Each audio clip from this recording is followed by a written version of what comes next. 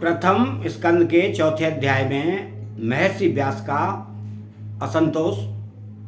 व्यास जी कहते हैं कि उस धर्मकालीन सत्र में सम्मिलित हुए मुनियों में विद्या वयोवृद्ध कुलपति ऋग्वेदी शौनक जी ने सूत जी की पूर्वोक्त बात सुनकर उनकी प्रशंसा की और कहा कि शौनक जी बोले कि सूत जी, आप वक्ताओं में श्रेष्ठ हैं तथा बड़े भाग्यशाली हैं। जो कथा भगवान श्री सुखदेव जी ने कही थी वही भगवान की पुण्यमयी कथा कृपा करके आप हमें सुनाइए। वह कथा किस युग में, किस स्थान पर और किस कारण से हुई थी? मुनिवर ऋषि कृष्ण द्वैपायन ने किसकी प्रेरणा से इस परमहंसों की संहिता का निर्माण किया था? उनके पुत्र सुखदेव जी बड़े योगी, समदर्शी, भेदभाव रहित, संसार निद्रा से जगे एवं निरंतर एकमात्र परमात्मा में ही स्थित रहते हैं। वे छिपे रहने के कारण मूढ़ से प्रतीत होते हैं। व्यास जी जब संन्यास के लिए वन की ओर जाते हुए अपने पुत्र का पीछा कर रहे थे, उस समय जल में स्नान करने वाली स्त्रियों ने नंगे सुखदेव जी को देखकर तो वस्त्र धारण नहीं किया, परंतु वस्त्र पहने हुए व्यास जी को देखकर लज्जा से कपड़े पहन लिए थे। इस आश्चर्य को देखकर जब व्यास जी ने उन स्त्रियों से इसका कारण पूछा, तब उन्होंने उत्तर दिया कि आपकी दृष्टि में तो हम सभी स्त्री पुरुष का भेद बना हुआ है, परंतु आपके पुत्र की शुद्ध दृष्टि में यह भेद नहीं है। कुरुंजांगल देश में पहुंचकर हस्तिनापुर में वे पागल, गूंगे तथा जड़ के समान विचरते होंगे। नगरवासियों ने उन्हें कैसे पहचाना? पांडव नंदन राजर्षि परीक्षित का इन मौनी सुखदेव जी के साथ संवाद कैसे हुआ, जिसमें यह भागवत संहिता कही गई? महाभाग श्री सुखदेव जी तो गृहस्थों के घरों को तीर्थ स्वरूप बना देने के लिए उतनी ही देर उनके दरवाजे पर रहते हैं जितनी देर में एक गाय दुही जाती है। सूत जी, हमने सुना है कि अभिमन्यु नंदन परीक्षित भगवान के बड़े प्रेमी भक्त थे। उनके अत्यंत आश्चर्यमय जन्म और कर्मों का भी वर्णन कीजिए। वे तो पांडव वंश के गौरव बढ़ाने वाले सम्राट थे। वे भला किस कारण से साम्राज्य लक्ष्मी का परित्याग करके गंगा तट पर मृत्यु पर्यंत अनशन का व्रत लेकर बैठे थे? शत्रुगण अपने भले के लिए बहुत सा धन लाकर उनके चरणों में रखने की चौकी को नमस्कार करते थे।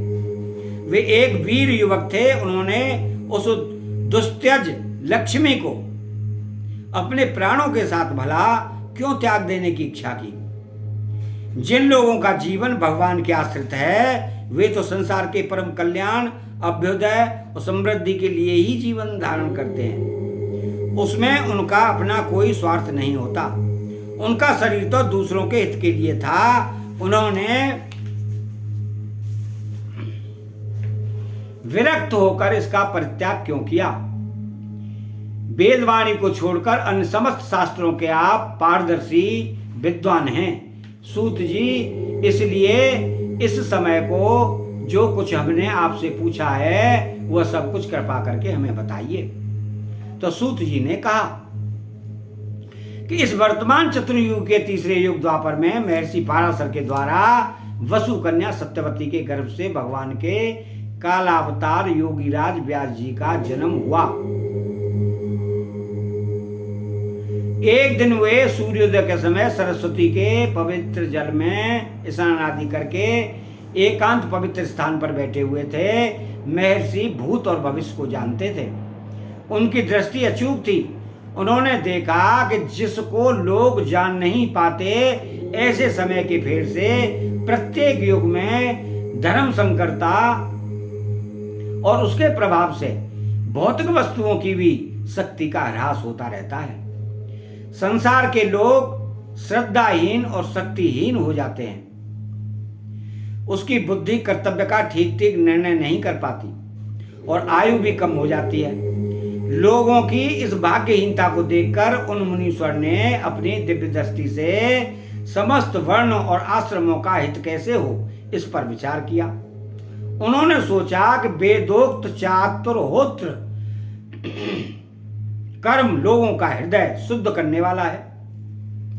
इस दृष्टि से यज्ञों का विस्तार करने के लिए उन्होंने एक ही वेद के 4 विभाग कर दिए। व्यास जी के द्वारा ऋक, यजुर, साम और अथर्व इन 4 वेदों का उद्धार पृथक्करण हुआ। इतिहास और पुराणों को 5वां वेद कहा जाता है। उनमें से ऋग्वेद के पेल, साम, गान के विद्वान, जैमिनी एवं यजुर्वेद के एकमात्र स्नातक वैशंपायन हुए। अथर्ववेद में प्रवीण हुए दरुण नंदन सुमंतु मुनि। इतिहास और पुराणों के स्नातक मेरे पिता रोमहर्षण थे।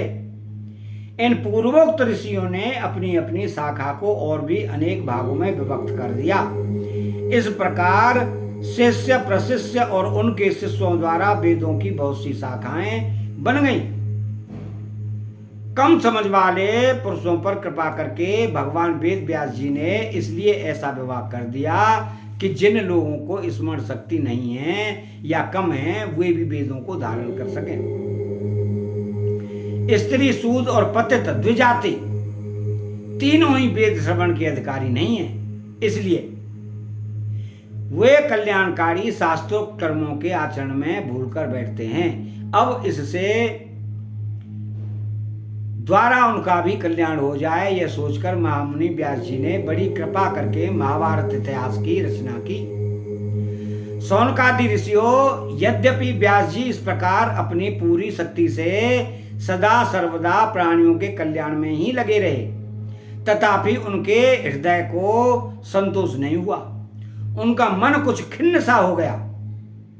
सरस्वती नदी के पवित्र तट पर एकांत में बैठकर धर्मवेत्ता व्यास जी मन ही मन विचार करते हुए इस प्रकार कहने लगे कि मैंने निष्कंपट कंटक भाव से ब्रह्मचर्य आदि धर्मों का पालन करते हुए वेद, गुरुजन और अग्नियों का सम्मान किया है और उनकी आज्ञा का पालन किया है। महाभारत की रचना के बहाने मैंने वेद के अर्थ को खोल दिया है, जिससे स्त्री, शूद्र आदि भी अपने अपने धर्म कर्म का ज्ञान प्राप्त कर लेते हैं। यद्यपि मैं ब्रह्म तेज से संपन्न एवं समर्थ हूं, तथापि मेरा हृदय कुछ अपूर्ण काम सा जान पड़ता है। अवश्य ही अब तक मैंने भगवान को प्राप्त कराने वाले धर्मों का प्राय निरूपण नहीं किया है।